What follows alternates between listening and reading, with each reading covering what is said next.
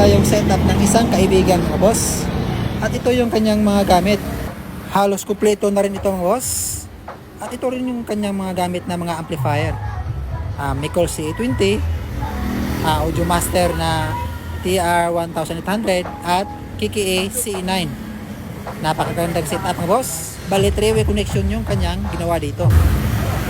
Sa kanyang connection naman mga boss, ay dito tayo mauna sa auxiliary. Yung kanyang auxiliary out ay nag-input dito sa kanyang equalizer na DBX. Yan yung kanyang pang-sub na equalizer mga boss.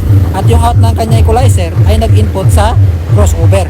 At yung out ng kanyang crossover ay nag-input sa enhancer.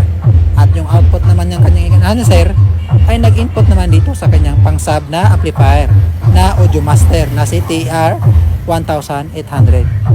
Yung main output naman niya mga boss, yan, yung output niya ay nag-input naman dito sa pangalawang equalizer. Yan yung kanyang equalizer mga boss. Yung out naman ng kanyang equalizer ay yan na yung pumunta dito sa kanyang pang-mid na amplifier na si Mikol CA20 at yung kanyang pang-tweeter na amplifier na si KKA CE9.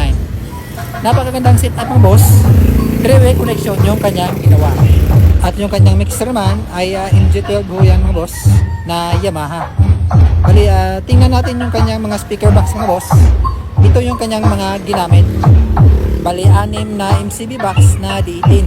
Ang nakaload ho dyan mga boss ay 1,200 watts na live. At yung kanyang bullet mid-high naman ay D12 ho yan. Hindi ko lang natanong kung ano yung mga wattage na nakaload dyan. Ito yung kanyang setup sa likod mga boss. Ito yung kanyang low, mid at high amplifier. At ito yung kanyang connection sa likod ng kanyang mga gadget. Suabe yung setup mga boss.